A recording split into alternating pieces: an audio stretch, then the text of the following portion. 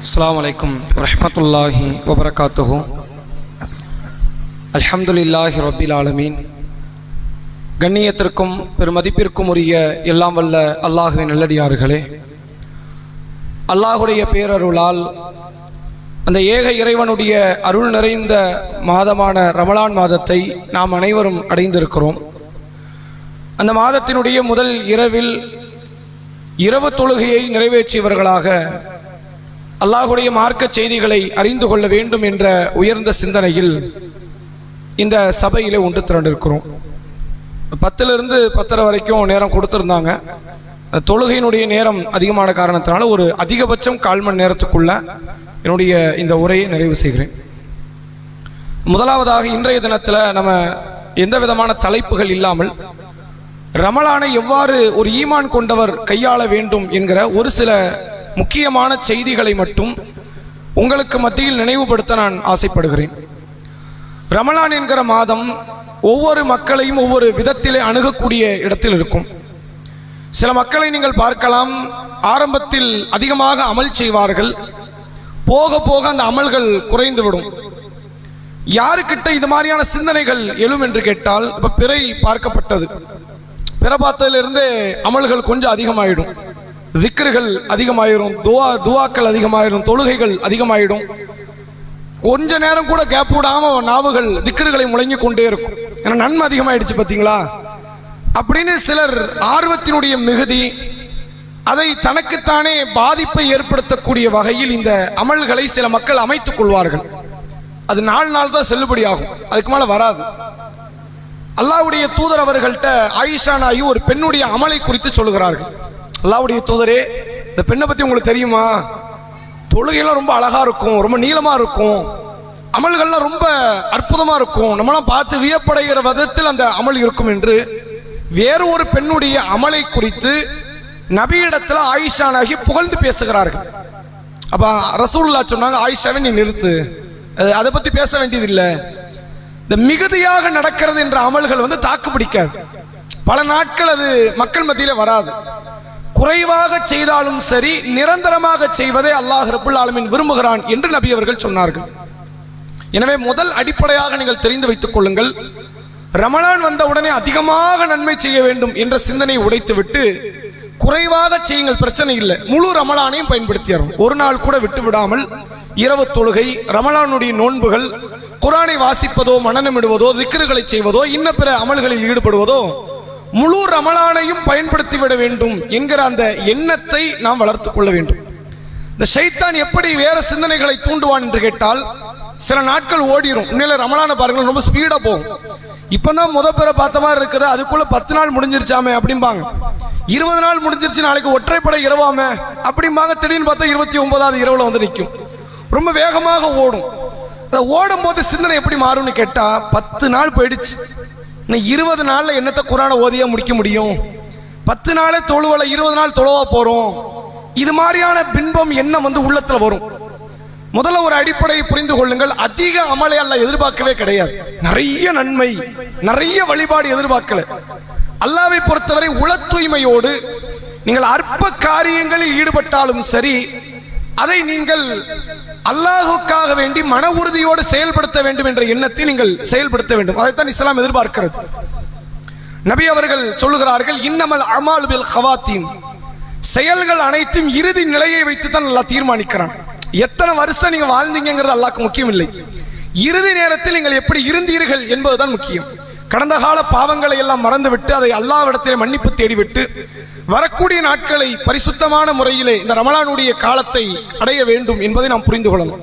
நபி அவர்கள் சொன்னார்கள், இதா ஜா ரமதான், ரமலான் மாதம் வந்துவிட்டால் ஃபுத்திஹத் அபுவாபுஸ் ஸமா, வானத்தின் வாசல்கள் திறக்கப்படுகிறது.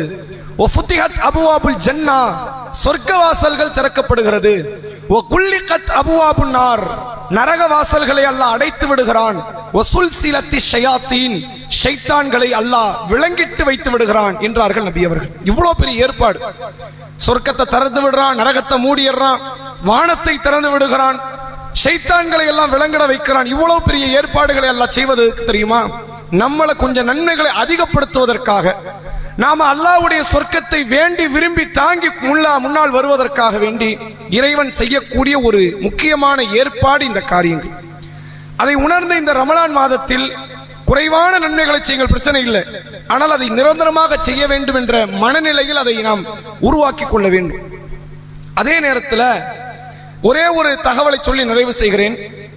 இஸ்லாம்ங்கிறது எப்படிப்பட்டது என்றால், உங்களுக்கு புரியறதுக்கு சொன்ன ஒரு சூப்பர் மார்க்கெட் மாதிரி.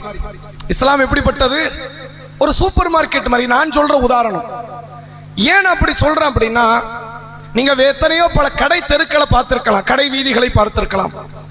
சூப்பர் மார்க்கெட் கொஞ்சம் வித்தியாசமா இருக்கும். எல்லா பொருளும் அங்க கிடைக்கும், எல்லா பிராண்டும் அங்க கிடைக்கும். சூப்பர் மார்க்கெட்டுக்குள்ள போறீங்க, அரிசி வாங்கணும்னு வைங்க, கிட்டத்தட்ட அரிசியில 50 வகை அரிசி வச்சிருப்பாங்க, எதுனாலும் எடுத்துக்கலாம். பருப்புல எல்லா வகையும் இருக்கும், எல்லா விதமான பிஸ்கட் இருக்கும், எல்லா விதமான சாக்லேட் இருக்கும், எல்லா விதமான பழங்களும் இருக்கும், காய்கறி இருக்கு, எல்லாம் இருக்கும். எங்க இருக்கும்? சூப்பர் மார்க்கெட்ல இருக்கும். இது சாதாரண மளிகை கடையில உங்களால் வாங்க முடியாது, பார்க்க முடியாது. பெட்டி கடைகளை பார்க்க முடியாது. இவ்வளவு இருக்குது இல்ல, இவ்வளவு இருக்குதுன்னு அத்தனை வாங்குவோமா? வாங்க மாட்டோம். எனக்கு எது தேவை, என் பட்ஜெட்டுக்கு எது உகந்தது, எனக்கு எது அவசியம் என்பதை உணர்ந்து அதுக்கு தேவையானதை மட்டும் கடைகளுக்கு போனால் வாங்குவோம். இஸ்லாமும் அப்படித்தான். நிறைய நன்மை இருக்கும். தொழுதா நன்மை, துவா செஞ்சா நன்மை, திக்ர் பண்ணா நன்மை, குர்ஆன் ஓதுனா நன்மை, 1008 நன்மை இஸ்லாத்துல இருக்கு. எல்லாத்தையும் செய்ய முடியாது, தெரிஞ்சுக்கங்க. நான் எல்லாத்தையும் செய்ய போறேன், ஒண்ணு விடாம செய்ய போறேன், 4 நாள் கூட தாங்காது. எது எனக்கு உகந்ததாக இருக்கும்? கடைகளில் உட்கார்ந்து வியாபாரம் பார்க்கக்கூடியவர்களுக்கு என்றே சில அமல்கள் இருக்கிறது, நீங்க அதுல மட்டும் போக்கஸ் பண்ணுங்க. வீடுகளிலே வேலை செய்யக்கூடிய பெண்களுக்கென்றே சில அமல்கள் இருக்கிறது, நீங்க அதுல மட்டும் போக்கஸ் பண்ணுங்க. எது என் சூழ்நிலைக்கு, என் உடல் நிலைக்கு, என் மனநிலைக்கு, என்னுடைய சுற்று வட்டாரத்திற்கு உகந்ததாக இருக்குமோ அப்படியான அமல்களை தேர்வு செய்து படிப்பதற்கு முயற்சி செய்யுங்கள். சில வயது முதிர்ந்த நபர்கள் இருப்பாங்க, அல்லது குர்ஆன் வாசிக்க தெரியாதவங்க இருப்பாங்க. இன்னைக்கு குர்ஆனை படிச்சே ஆகணும்னு உட்காருவாங்க, ஒரு பக்கம் கூட தாண்டாது. யார் படிக்கலாம் குர்ஆனு? சரளமா படிக்க தெரிஞ்சவங்க படிங்க.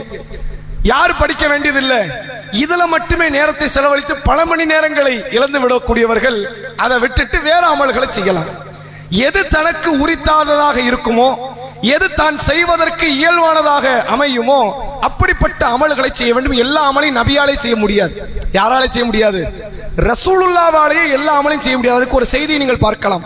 நபி அவர்கள் மக்களை பார்த்து சொன்னார்கள், மக்களே, ஆட்சி பொறுப்புல நான் உட்கார்ந்து இருக்கிறேன், மக்களுக்கு தீர்ப்பு கொடுக்கணும், ஜக்காத்தை வசூல் பண்ணி ஏழைகளுக்கு கொண்டு போய் கொடுக்கணும், எங்கெல்லாம் குற்றம் நடக்குதோ குற்றத்தை தடுக்கணும், சட்ட ஒழுங்கை பாதுகாக்கணும், மக்களினுடைய தேவைகளை பூர்த்தி செய்ய வேண்டும் என்ற ஆட்சியாளராக நான் இருக்கிறேன்.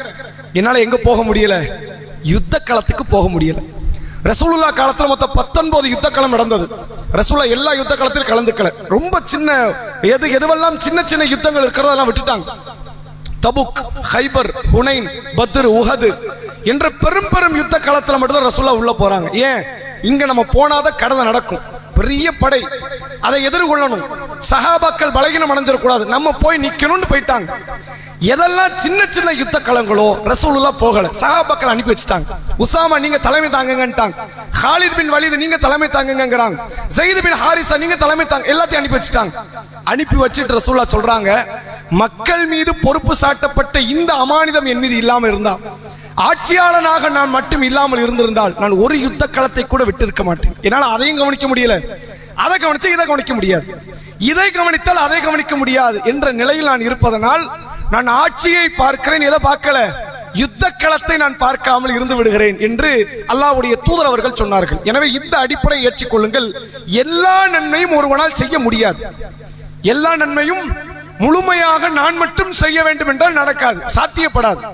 நீங்கள் ஒரு காரியத்தில் தான தர்மத்தில் ஈடுபடுவதற்கு பொருளாதாரத்தை ஈட்டுவீர்களே, ஆனால் வேறு வேறு அமல்களில் உங்களால் ஈடுபட முடியாது. ஒருவர் தொழுகையில் நோன்பில் அதிகம் காட்டுவார், எதில் காட்ட முடியாது? தான தர்மத்தில் காட்ட முடியாது. ஒருவர் குர்ஆனை அதிகம் படிப்பார், அவருக்கு வேறு வேறு விதமான சூழ்நிலைகள் அமையாது. எது என்னால் முடியுமோ அத்தகைய அமல்களை இந்த ரமலானுடைய காலத்தில் அதிகமாக செய்வதற்கான ஒரு முயற்சிகளை நாம் ஈடுபட வேண்டும். ரமலானுடைய பொழுதுகள் என்பது நம்ம எல்லாருமே ஒரு எண்ணத்தில் இருக்கிறோம், நன்மையை கூட்டுறதுன்னு நினைக்கிறோம். ஆனா அது மட்டும் கிடையாதுங்குது இஸ்லாம். நன்மையை கூட்டுறதை விடு, தீமையை குறைங்குது. ரமலானுடைய நோக்கம் என்ன? தீமையை குறைப்பதுதான் இந்த மாதத்தினுடைய நோக்கம். அல்லாஹ் குர்ஆனிலே சொல்கிறான், குத்திபா அலைக்குமுஸ் ஸியாம் கமா குத்திபா அலல்லதீன மின் கப்லிக்கும் லஅல்லக்கும் தத்தக்கூன். இந்த மாசத்துல நோன்பு வைக்கிறீங்களே, ஏன் வைக்கிறீங்க தெரியுமா? பசியை உணர்வதற்காகவா? அல்லாஹ்வுடைய அருளை உணர்வதற்காகவா? அதெல்லாம் இரண்டாவது. முதல் காரணம் என்ன தெரியுமா? அல்லாஹ்வை பயப்படத்தான் இந்த நோன்பை நீங்கள் வைக்கிறீர்கள். நபி அவர்கள் சொன்னார்கள், மன்லம் யதஅ கௌல ஸூரி வல் அமல பிஹி ஃபலைஸ லில்லாஹி ஹாஜ்ஜத்துன் ஃபீ ஐயதஅ தாமஹு வலா ஷராபா. யார் ஒருவர் நோன்பு வைத்த நிலையில் பொய்யான பேச்சுக்களை, பொய்யான நடவடிக்கைகளை விட்டுவிடவில்லையோ, அவர் உண்ணாமல் பருகாமல் இருப்பதில் அல்லாஹ்வுக்கு எந்த தேவையும் கிடையாது. உன் நோன்பெல்லாம் தூக்கி குப்பையில போடுன்ட்டான். எதுக்கு இந்த நோன்பு? நீ நோன்பையும் வைப்பாய், மோசடியும் செய்வாய், நோன்பையும் வைப்பாய், ஏமாற்றம் செய்வாய், நோன்பையும் வைப்பாய், பொய்யும் சொல்வாய்னா இது குப்பைக்கு போட்டு இந்த நோன்பு எனக்கு வேண்டாங்கிறான். நான் நோன்பு வைக்கிறேன் யா அல்லாஹ், பாவம் ஈடுபட மாட்டேன் என்பவனுடைய நோன்பை மட்டும்தான் நான் ஏற்றுக்கொள்வேன் என்கிற மனநிலையில் அல்லாஹ் இருக்கிறான். எனவே ரமலான் நன்மை அதிகப்படுத்துகிற மாதம் என்பது மட்டும் இல்லாமல் தீமைகளை குறைக்கிற மாதம். எல்லா விதமான தீமைகளை, பாவங்களை இந்த மாதத்தோடு கை கழுவி விட்டு விடுவோம், அதை ஒரேடியாக விட்டு விடுவோம் என்ற மனநிலையில் நம்முடைய வாழ்வில் தீமைகளை விட்டு விடுவதற்கான ஒரு முயற்சிகளிலே ஈடுபடுவோம். நேரத்தினுடைய அருமையை கருத்தில் கொண்டு என்னுடைய இந்த உரையை நிறைவு செய்கிறேன். பொதுவாக ரமலானுடைய சட்டத்திட்டங்கள், நோன்புடைய சட்டத்திட்டங்கள் உங்களுக்கு தெரியும். அதை தாண்டி வேற ஏதாவது சில சந்தேகங்கள் இருந்தால் கூட நம்ம வரக்கூடிய நாட்கள்ல அது குறித்து பேசுவோம். நம்ம பொதுவாக போன ஆண்டு, அதற்கு முந்தைய ஆண்டு கணவன் மனைவி தொடர்பாகவும், சென்ற ஆண்டு பொருளாதாரம் தொடர்பாக ஒரு தொடர் உரை நிகழ்த்தப்பட்டது. அதுபோன்ற மக்களினுடைய வாழ்வில் அன்றாட தேவைப்படக்கூடிய ஒரு அடிப்படையாக வைத்து நான் அடுத்த நாளில் இருந்து இன்ஷா அல்லாஹ் தொடர் உரை நிகழ்த்தப்படும். வாஹிர் தஅவானா அல்ஹம்துலில்லாஹி ரப்பில் ஆலமீன். அஸ்ஸலாமு அலைக்கும் வரஹ்மத்துல்லாஹி வபரகாத்துஹு.